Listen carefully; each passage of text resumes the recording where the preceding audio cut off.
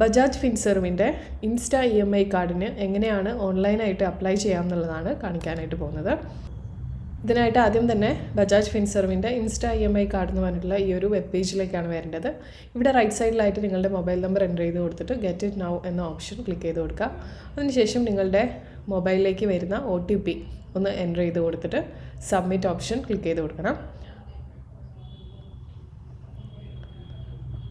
അതിനുശേഷം നമുക്ക് ഇതുപോലൊരു പേജ് വരും. ഇവിടെ നിങ്ങളുടെ ഫുൾ നെയിം എൻ്റർ ചെയ്ത് കൊടുക്കുക. ഇനി നിങ്ങളുടെ പാൻ കാർഡിൽ നിന്ന് ഓട്ടോ ഫെച്ച് ചെയ്യാനായിട്ട് യെസ് ഓട്ടോ ഫെച്ച് ഡീറ്റെയിൽസ് എന്നുള്ളൊരു ഓപ്ഷൻ ഉണ്ട്, അത് ക്ലിക്ക് ചെയ്ത് കൊടുക്കാം. അപ്പോൾ ഇവിടെ കാണുന്നത് പോലെ പേഴ്സണൽ ഡീറ്റെയിൽസിൽ full name, permanent account number, date of birth, pin code, city ഇതെല്ലാം ഓട്ടോ ഫെച്ച് ചെയ്തിട്ട് ഡീറ്റെയിൽസ് ഓൾറെഡി എൻ്റേർഡ് ആയിരിക്കും. ഇനി നിങ്ങൾക്ക് ഓട്ടോ ഫെച്ച് ചെയ്യേണ്ട, മാനുവലി എല്ലാതും സിംഗിളായിട്ട് ടൈപ്പ് ചെയ്ത് കൊടുക്കുകയാണ് ആവശ്യം എന്നുണ്ടെങ്കിൽ നിങ്ങൾക്ക് ഇവിടെ നോ ഫിൽ ഡീറ്റെയിൽസ് മാനുവലി എന്നുള്ള രണ്ടാമത്തെ ഓപ്ഷൻ സെലക്ട് ചെയ്യാവുന്നതാണ്. ഞാനിവിടെ എന്തായാലും ഓട്ടോ ഫെച്ച് വഴിയാണ് ചെയ്തേക്കണത്. പിന്നെ ഓട്ടോ ഫെച്ച് വഴി നിങ്ങൾ ചെയ്യാൻ നോക്കുകയാണെന്നുണ്ടെങ്കിൽ പാൻ കാർഡിലുള്ള അതേപോലെ തന്നെ നിങ്ങളുടെ ഫുൾ നെയിം എൻ്റർ ചെയ്ത് കൊടുക്കാനായിട്ട് ശ്രദ്ധിക്കണം. ഇനി നമുക്കിവിടെ ജെൻഡർ സെലക്ട് ചെയ്യണം. നിങ്ങളുടെ ജെൻഡർ സെലക്ട് ചെയ്യുക. അതിനുശേഷം നിങ്ങളുടെ എംപ്ലോയ്മെൻറ്റ് ടൈപ്പ് സെലക്ട് ചെയ്ത് കൊടുക്കുക. ഇനി നിങ്ങൾക്ക് GST നമ്പർ ഉണ്ട്, GST നമ്പർ ഉള്ള ഒരാളാണ് നിങ്ങളെന്നുണ്ടെങ്കിൽ നിങ്ങൾക്ക് ഇവിടെ GST നമ്പർ എൻ്റർ ചെയ്ത് കൊടുക്കാം. ഇത് ഓപ്ഷണലാണ്. നിങ്ങൾക്ക് താല്പര്യമുണ്ട് മാത്രമല്ല നിങ്ങൾക്ക് GST നമ്പർ ഉണ്ടെങ്കിൽ മാത്രം ചെയ്താൽ മതി. ഞാനിവിടെ GST ഡീറ്റെയിൽസ് കൂടെ നൽകിയിട്ടുണ്ട്. അതിനുശേഷം പ്രൊസീഡ് ഓപ്ഷൻ ക്ലിക്ക് ചെയ്ത് കൊടുക്കുകയാണ്. അപ്പോൾ സ്ക്രീനിൽ നിങ്ങൾക്ക് എത്രയാണ് ബജാജ് EMI കാർഡിൻ്റെ ലിമിറ്റ് എന്നുള്ളത് അവർ കാണിക്കുന്നതാണ്. അപ്പോൾ ഇനി നമുക്ക് ഇതിൻ്റെ ഒരു KYC പ്രോസസ്സ് കൂടെ കംപ്ലീറ്റ് ചെയ്യാനായിട്ടുണ്ട്. അപ്പോൾ ഇതിനായിട്ട് താഴെ പ്രൊസീഡ് ഓപ്ഷൻ ക്ലിക്ക് ചെയ്ത് കൊടുക്കാം.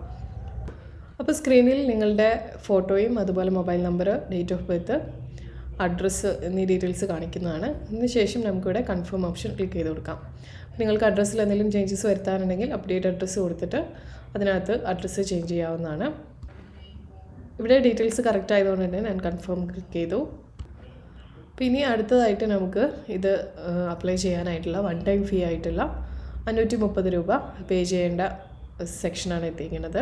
അപ്പോൾ ഇവിടെ നമുക്കത് പേ ചെയ്യേണ്ടതായിട്ടുണ്ട്. അപ്പോൾ നമ്മുടെ ലോൺ ലിമിറ്റ് 1,25,000 ആണെന്നുണ്ടെങ്കിൽ നമ്മുടെ ഫസ്റ്റ് ട്രാൻസാക്ഷൻ്റെ ലോൺ ലിമിറ്റ് എന്ന് പറയുന്നത് 50,000 രൂപയാണ്. അപ്പോൾ ആദ്യം തന്നെ നിങ്ങൾക്ക് ഈ 1,25,000 രൂപയും ലോണായിട്ട് എടുക്കാനായിട്ട് പറ്റില്ല. ആദ്യത്തെ ട്രാൻസാക്ഷൻ 50,000 രൂപയാണ് മാക്സിമം നമുക്ക് ലോണായിട്ട് കിട്ടുന്ന എമൗണ്ട്.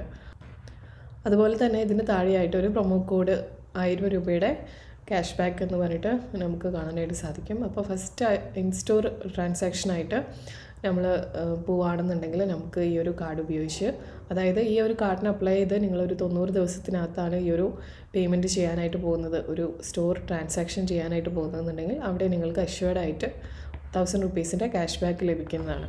അപ്പോൾ അത് വേണമെന്നുണ്ടെങ്കിൽ നിങ്ങൾക്ക് ഇപ്പോൾ അപ്ലൈ ചെയ്യാം. എന്നിട്ട് 90 ദിവസത്തിനകത്ത് എന്തെങ്കിലും പർച്ചേസ് ചെയ്താൽ മതിയാവും. അതിനുശേഷം നമുക്കിവിടെ പേ നൗ ഓപ്ഷൻ ക്ലിക്ക് ചെയ്ത് കൊടുക്കാം. ഞാനിവിടെ UPI ഉപയോഗിച്ചിട്ടാണ് പേയ്മെൻറ്റ് ചെയ്യുന്നത്. നിങ്ങൾക്ക് ഡെബിറ്റ് കാർഡോ ക്രെഡിറ്റ് കാർഡോ ഉപയോഗിച്ചിട്ട് ഈ പേയ്മെൻറ്റ് ചെയ്യാവുന്നതാണ്. പേയ്മെൻറ്റ് ചെയ്ത് കഴിഞ്ഞാൽ നമുക്കിതുപോലെ ഇൻസ്റ്റാ EMI കാർഡ് ആക്ടിവേറ്റഡ് എന്ന് പറഞ്ഞിട്ട് ഒരു പേജ് ലഭിക്കുന്നതാണ്. ഇതിൻ്റെ താഴെയായിട്ട് വ്യൂ കാർഡ് ഓപ്ഷൻ ഉണ്ട്. അവിടെ നിങ്ങൾക്ക് ക്ലിക്ക് ചെയ്യുകയാണെന്നുണ്ടെങ്കിൽ നിങ്ങളുടെ കാർഡ് കാണാനായിട്ട് സാധിക്കും.